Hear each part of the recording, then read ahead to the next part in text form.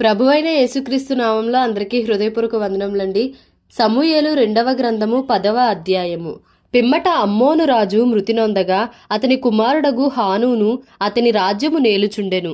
దావీదు, హానూను తండ్రి అయిన నాహాషు నాకు చేసిన ఉపకారమునకు నేను హానూనకు ప్రత్యుపకారము చేతుననుకొని అతని తండ్రి నిమిత్తము అతని నోదార్చుటకై తన సేవకుల చేత సమాచారము పంపించెను. దావీదు సేవకులు అమ్మోనీయుల దేశంలోనికి రాగా అమ్మోనీయుల గనులు తమ రాజగు హానూనుతో ఇలాగు మనవి చేసిరి: నీ తండ్రిని సన్మానించుటకే దావీదు నీ యొద్దకు ఓదార్చువారిని పంపెనని నీవు అనుకొనుచున్నావా? ఈ పట్టణమును నాశము చేయవలెనని దాన్ని శోధించుటకై వారిని అతడు వేగు నిమిత్తమే పంపించియున్నాడని నీకు తోచలేదా?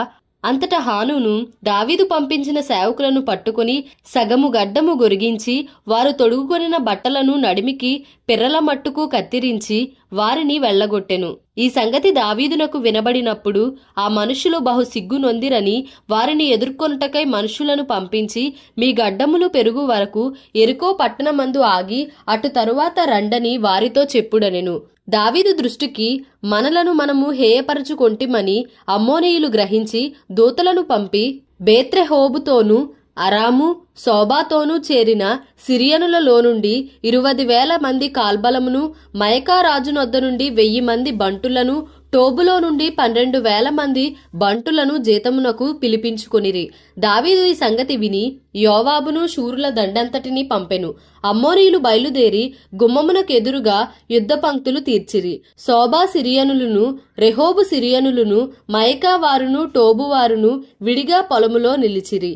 యోవాబు తనకు వెనుకను ముందును వారు యుద్ధ పంక్తులు తీర్చిండుట చూచి ఇశ్రాయేలీలలో బలాఢ్యులను ఏర్పరచి పంక్తులు తీర్చి సిరియనులను ఎదుర్కొనబోయెను.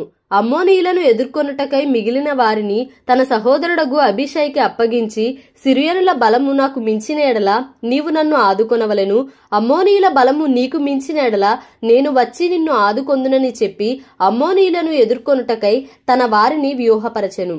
అప్పుడు ధైర్యము తెచ్చుకొమ్ము, మన జనులను మన దేవుని పట్టణములను తలంచుకొని ధైర్యము తెచ్చుకొందము, తన దృష్టికి ఏది అనుకూలమో యెహోవా దానిని చేయునుగాక అని అబీషైతో చెప్పి యోవాబును అతనితో కూడనున్న వారును సిరియనులతో యుద్ధము చేయ బయలుదేరగానే వారు అతని ఎదుట నిలువజాలక పారిపోయిరి. సిరియనులు పారిపోవుట అమ్మోనీయులు చూచి వారును అబీషై ఎదుట నిలువలేక పారిపోయి పట్టణములో చొరబడగా యోవాబు అమ్మోనీయులను విడిచి యెరూషలేమునకు వచ్చెను. అయితే సిరియనులు తాము ఇశ్రాయేలీల చేతిలో ఓడిపోతిమని తెలుసుకొని గుంపు కూడిరి. హదదెజెరు నది అవతలనున్న సిరియనులను పిలువనంపగా వారు హేలామునకు వచ్చిరి. హదదెజెరు సైన్యాధిపతియగు షోబకు వీరికి అధిపతిగా ఉండెను. దావీదునకు ఈ వార్త వినబడినప్పుడు అతడు ఇశ్రాయేలీయులనందరినీ సమకూర్చి యొర్దాను నది దాటి హేలామునకు వచ్చెను. సిరియన్లు సన్నద్ధులై దావీదును ఎదుర్కొన వచ్చి అతనితో యుద్ధము కలిపి ఇశ్రాయేలీయుల ఎదుట నిలువజాలక పారిపోగా దావీదు సిరియనులలో 700 మంది రధికులను, 40,000 మంది గుర్రపు రౌతులను హతము చేసెను. మరియు వారి సైన్యాధిపతియగు షోబకు దావీదు చేతిలో ఓడిపోయి అచ్చటనే చచ్చెను. హదదెజెరునకు సేవకులగు రాజులందరూ తాము ఇశ్రాయేలు ఎదుట నిలువలేకుండా కొట్టబడి ఉండుట చూచి ఇశ్రాయేలీలతో సమాధానపడి వారికి లోబడిరి. సిరియనులు భయాక్రాంతులై అమ్మోనీయులకు ఇక సహాయము చేయుట మానిరి.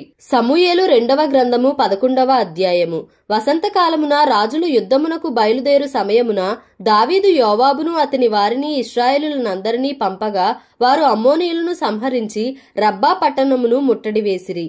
అయితే దావీదు యెరూషలేమునందు నిలిచెను. ఒకానొక దినమున ప్రొద్దుగ్రుంకు వేళ దావీదు పడక మీద నుండి లేచి రాజనగరి మిద్దె మీద నడుచుచు పైనుండి చూచుచుండగా స్నానము చేయు ఒక స్త్రీ కనబడెను. ఆమె బహు సౌందర్యవతి అయ్యుండుట చూచి దావీదు దాని సమాచారము తెలుసుకొనుటకై ఒక దూతను పంపెను. అతడు వచ్చి ఆమె ఏలియాము కుమార్తెయు హిత్తీయుడగు ఊరియాకు భార్యయునైన బత్షెబా అని తెలియజేయగా దావీదు దూతల చేత ఆమెను పిలువనంపెను. ఆమె అతని యొద్దకు రాగా అతడు ఆమెతో శయనించెను. కలిగిన అపవిత్రత పోగొట్టుకుని ఆమె తన ఇంటికి మరలా వచ్చెను. ఆ స్త్రీ గర్భవతి అయి నేను గర్భవతినైతినని దావీదునకు వర్తమానము పంపగా దావీదు హిత్తీయుడగు ఊరియాను నా యొద్దకు పంపుమని దూత ద్వారా యోవాబునకు ఆజ్ఞ ఇచ్చెను. ఊరియా దావీదునొద్దకు రాగా దావీదు యోవాబు యోగక్షేమమును జనుల యోగక్షేమమును యుద్ధ సమాచారమును అడిగెను. తరువాత దావీదు ఇంటికి పోయి శ్రమ తీర్చుకొనుమని ఊరియాకు సెలవీయగా ఊరియా రాజనగరిలో నుండి బయలు వెళ్ళెను.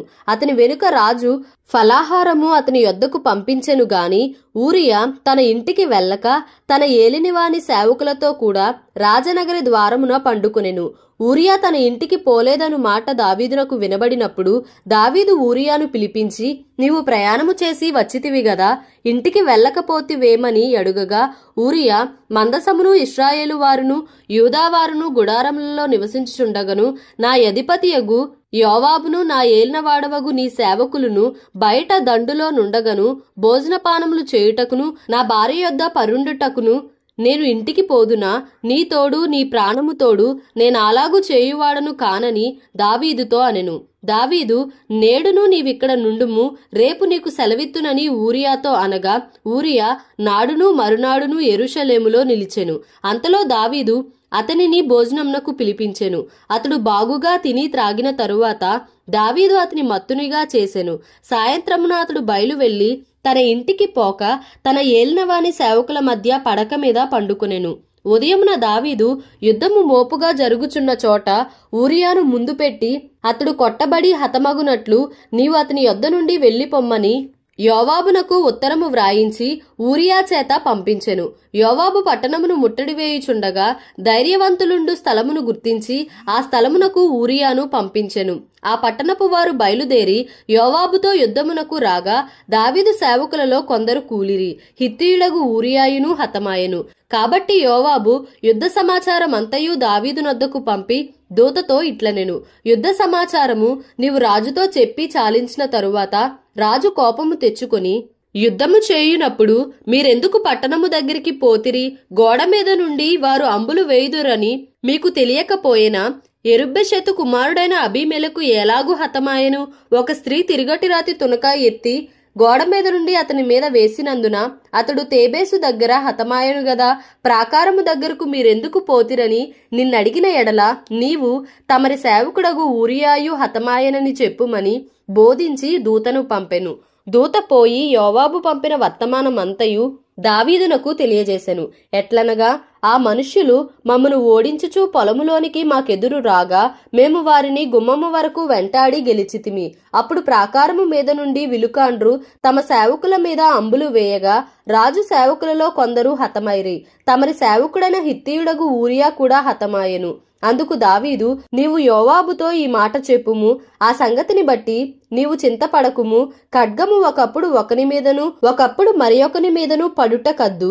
పట్టణము మీద యుద్ధము మరి బలముగా జరిపి దానిని పడగొట్టుమని చెప్పి నీవు యోవాబును ధైర్యపరచి చెప్పుమని ఆ దూతకు ఆజ్ఞ ఇచ్చి పంపెను. ఊరియా భార్య తన భర్తయగు ఊరియా హతమైన సంగతి విని తన భర్త కొరకు అంగలార్చెను. అంగలార్పు కాలము తీరిన తరువాత దావీదు దూతలను పంపి ఆమెను తన నగరికి తెప్పించుకొనగా ఆమె అతనికి భార్య అయి అతనికొక కుమారుని కనెను. అయితే దావీదు చేసినది యెహోవా దృష్టికి దుష్కార్యముగా ఉండెను. సమూయేలు 2వ గ్రంథము 12వ అధ్యాయము. కావున యెహోవా నాతానును దావీదునొద్దకు పంపెను. అతడు వచ్చి దావీదుతో ఇట్లనెను, ఒకానొక పట్టణమందు 2 మనుషులు ఉండిరి. ఒకడు ఐశ్వర్యవంతుడు, ఒకడు దరిద్రుడు. ఐశ్వర్యవంతునికి విస్తారమైన గొర్రెలును గొడ్లును కలిగియుండెను. అయితే ఆ దరిద్రునికి తాను కొనుక్కునిన ఒక చిన్న ఆడు గొర్రెపిల్ల తప్ప ఏమీయూ లేకపోయెను. వాడు దానిని పెంచుకొనుచుండగా అది వాని యొద్దను వాని బిడ్డల యొద్దను ఉండి పెరిగి వాని చేతి ముద్దలు తినుచు వాని గిన్నెలోనిది త్రాగుచు వాని కౌగిట పండుకొనుచు వానికి కుమార్తె వలె ఉండెను. అట్లుండగా మార్గస్థుడొకడు ఐశ్వర్యవంతుని యొద్దకు వచ్చెను. అతడు తన యొద్దకు వచ్చిన మార్గస్థునికి ఆయుత్తము చేయుటకు తన గొర్రెలలో గాని గొడ్లలో గాని దేనిని ముట్టనొల్లక ఆ దరిద్రుని గొర్రెపిల్లను పట్టుకొని తన యొద్దకు వచ్చిన వానికి ఆయుత్తము చేసెను. దావీదు ఈ మాట విని ఆ మనుషుని మీద బహుగా కోపించుకొని యెహోవా జీవముతోడు నిశ్చయముగా ఈ కార్యము చేసినవాడు మరణపాత్రుడు, వాడు కనికరము లేక ఈ కార్యము చేసెను గనుక ఆ గొర్రెపిల్లకు ప్రతిగా 4 గొర్రెపిల్లలను ఇయ్యవలెనని నాతానుతో అనెను. నాతాను దావీదును చూచి, ఆ మనుష్యుడవు నీవే, ఇశ్రాయేలీయుల దేవుడైన యెహోవా సెలవిచ్చున్నదేమనగా, ఇశ్రాయేలీయుల మీద నేను నిన్ను రాజుగా పట్టాభిషేకము చేసి సౌలు చేతిలో నుండి నిన్ను విడిపించి నీ యజమానుని నగరిని నీకు అనుగ్రహించి నీ యజమానుని స్త్రీలను నీ కౌగిట చేర్చి ఇశ్రాయేలు వారిని యూదా వారిని నీకు అప్పగించి తిని, ఇది చాలదని నీవనుకొనిన ఎడల నేను మరి ఎక్కువగా నీకిచ్చియుందును. నీవు యెహోవా మాటను తృణీకరించి ఆయన దృష్టికి చెడుతనము చేసితివేమి? హిత్తీయుడగు ఊరియాను కత్తిచేత చంపించి అతని భార్యను నీకు భార్య అగునట్లుగా నీవు పట్టుకుని ఉన్నావు. అమ్మోనీయుల చేత నీవు అతని చంపించితివి గదా. నీవు నన్ను లక్ష్యము చేయక హిత్తీయుడగు ఊరియా భార్యను నీకు భార్య యగునట్లు తీసుకొనినందున నీ ఇంటి వారికి సదాకాలము యుద్ధము కలుగును. నా మాట ఆలకించుము. యెహోవానగు నేను సెలవిచ్చున్నదేమనగా, నీ ఇంటివారి మూలముననే నేను నీకు అపాయము పుట్టింతును. నీవు చూచుచుండగా నేను నీ భార్యలను తీసి నీ చేరువ వానికి అప్పగించెదను. పగటి అందు వాడు వారితో శయనించును. నీవు ఈ కార్యము రహస్యముగా చేసితివి గాని ఇశ్రాయేలీయులందరూ చూచుచుండగా పగటి అందే నేను చెప్పిన దానిని చేయింతును అనెను. నేను పాపము చేసితినని దావీదు నాతానుతో అనగా, నాతాను, నీవు చావకుండునట్లు యెహోవా నీ పాపమును పరిహరించెను. అయితే ఈ కార్యము వలన యెహోవాను దూషించుటకు ఆయన శత్రువులకు నీవు గొప్ప హేతువు కలుగజేసితివి గనుక నీకు పుట్టిన బిడ్డ నిశ్చయముగా చచ్చునని దావీదుతో చెప్పి తన ఇంటికి వెళ్ళెను. యెహోవా ఊరియా భార్య దావీదునకు కనిన బిడ్డను మొత్తినందున అది బహు జబ్బుపడెను. దావీదు ఉపవాసముండి లోపలికి పోయి రాత్రి అంతయు నేల పడియుండి బిడ్డ కొరకు దేవుని బతిమాలగా ఇంటిలో ఎన్నిక అయిన వారు లేచి అతనిని నేల నుండి లేవనెత్తుటకు వచ్చిరి గాని అతడు సమ్మతింపక వారితో కూడా భోజనము చేయకయుండెను. 7వ దినమున బిడ్డ చావగా బిడ్డ ప్రాణముతో ఉండగా మేము అతనితో మాటలాడినప్పుడు అతడు ఆ మాటలు వినకయుండెను. ఇప్పుడు బిడ్డ చనిపోయినని మనము అతనితో చెప్పిన ఎడల తనకు తాను హాని చేసుకొనునేమో అనుకొని దావీదు సేవకులు బిడ్డ చనిపోయినను సంగతి అతనితో చెప్పవరచిరి. అయితే దావీదు తన సేవకులు గుసగుసలాడుట చూచి బిడ్డ చనిపోయేనను సంగతి గ్రహించి బిడ్డ చనిపోయేనా అని తన సేవకులను అడుగగా వారు చనిపోయేననిరి. అప్పుడు దావీదు నేల నుండి లేచి స్నానము చేసి తైలము పూసికొని వేరు వస్త్రములు ధరించి యెహోవా మందిరంలో ప్రవేశించి మ్రొక్కి తన ఇంటికి తిరిగి వచ్చి భోజనము తెమ్మనగా వారు వడ్డించిరి. అప్పుడు అతడు భోజనము చేసెను. అతని సేవకులు బిడ్డ జీవముతో ఉండగా ఉపవాసముండి దాని కొరకు ఏడ్చుచుంటివి గాని అది మరణమైనప్పుడు లేచి భోజనము చేసితివి. నీవిలాగున చేయుట ఏమని దావీదు నడుగగా అతడు, బిడ్డ ప్రాణముతో ఉన్నప్పుడు దేవుడు నా యందు కనికరించి వాని బ్రతికించునేమో అనుకొని నేను ఉపవాసముండి ఏడ్చుచుంటిని. ఇప్పుడు చనిపోయెను గనుక నేనెందుకు ఉపవాసముండవలెను? వానిని తిరిగి రప్పించగలనా? నేను వాని యొద్దకు పోవుదును గాని వాడు నా యొద్దకు మరలా రాడని వారితో చెప్పెను. తరువాత దావీదు తన భార్య అయిన బత్షెబను ఓదార్చి ఆమె యొద్దకు పోయి ఆమెను కూడగా ఆమె యొక్క కుమారుని కనెను. దావీదు అతనికి సొలొమోను అని పేరు పెట్టెను. యెహోవా అతనిని ప్రేమించి నాతాను అను ప్రవక్తను పంపగా అతడు యెహోవా ఆజ్ఞను బట్టి యదీద్యా అని అతనికి పేరు పెట్టెను. యోవాబు రబ్బా అను అమ్మోనీయుల పట్టణము మీద యుద్ధము చేసి రాజనగరిని పట్టుకొనెను. దావీదునొద్దకు అతడు దూతలను పంపి, నేను రబ్బా మీద యుద్ధము చేసి జలముల మీది పట్టణమును పట్టుకొంటిని. నేను పట్టణమును పట్టుకొని నా పేరు దానికి పెట్టకుండునట్లు మిగిలిన దండువారిని సమకూర్చి నీవు పట్టణమును పట్టుకొనవలనని వర్తమానము చేయగా దావీదు యోధులను సమకూర్చి రబ్బాకు వచ్చి దాని మీద యుద్ధము చేసి దానిని పట్టుకొని వారి రాజు కిరీటమును అతని తల మీద నుండి తీయించగా అది దావీదు తల మీద పెట్టబడెను. అది విలువగల రత్నములు చెక్కినదై 2 బంగారు మణుగులంతా ఎత్తుండెను. మరియు అతడు పట్టణములో నుండి బహు విస్తారమైన దోపు సొమ్ము పట్టుకుని పోయెను. పట్టణములో ఉన్నవారిని బయటికి తెప్పించి రంపముల చేతను పదునుగల ఇనుప పనిముట్ల చేతను ఇనుప గొడ్డండ్ల చేతను వారిని తుత్తునీయులుగా చేయించి వారిని ఇటుక ఆవములో వేసెను.